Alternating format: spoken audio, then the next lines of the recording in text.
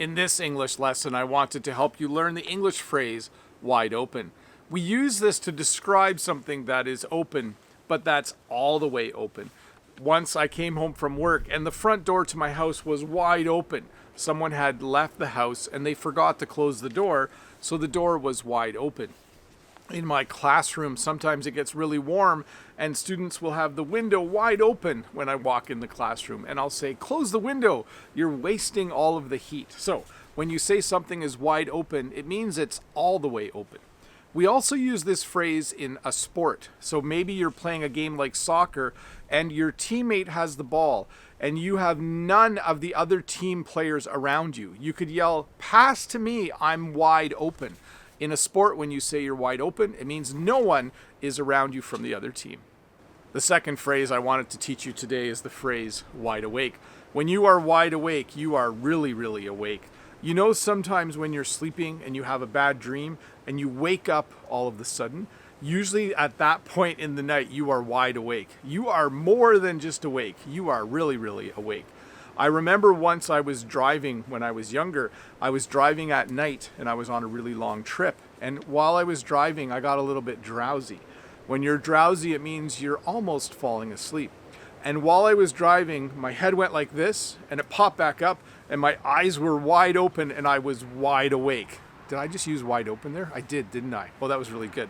Anyways, after that, I was so scared, I was wide awake for hours. So, to review once again, when something is wide open, like your eye, it means it's really, really open, or a door or a window. Or if you're playing a sport and there is no one from the other team around you, you could yell to a teammate, pass the puck to me. Yeah, see, if you're playing hockey, pass the puck to me, I'm wide open. And of course, wide awake means to simply be really, really, really awake. Hey, let's look at a comment from a previous video.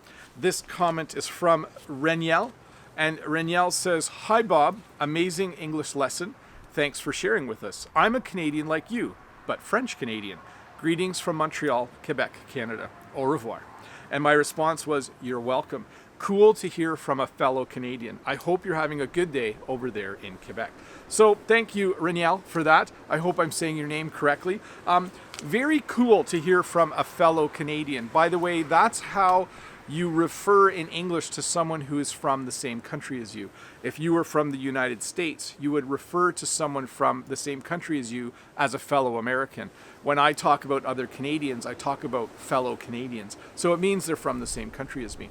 Cool that Reniel is from the French-speaking part of Canada. There are two different official languages in Canada, French and English. I speak both. English is my native language. French is a learned language. But it's really cool. We have La Belle Province, which is the beautiful province, which is the province of Quebec. And the vast majority of people in the province of Quebec speak French. It's a cool place to go. I actually lived in Quebec City a long time ago for almost a year, probably I think about 9 or 10 months. I should check sometime. I worked in a restaurant. I perfected my French a little bit. I probably could have done a little better job on that. But a long time ago, I lived in Quebec City in the province of Quebec. It was awesome. I wish I could go live there again someday, but I'll just stay here for now. Anyways, Bob the Canadian here. I'll see you in a couple days with another short English lesson. Have a great weekend.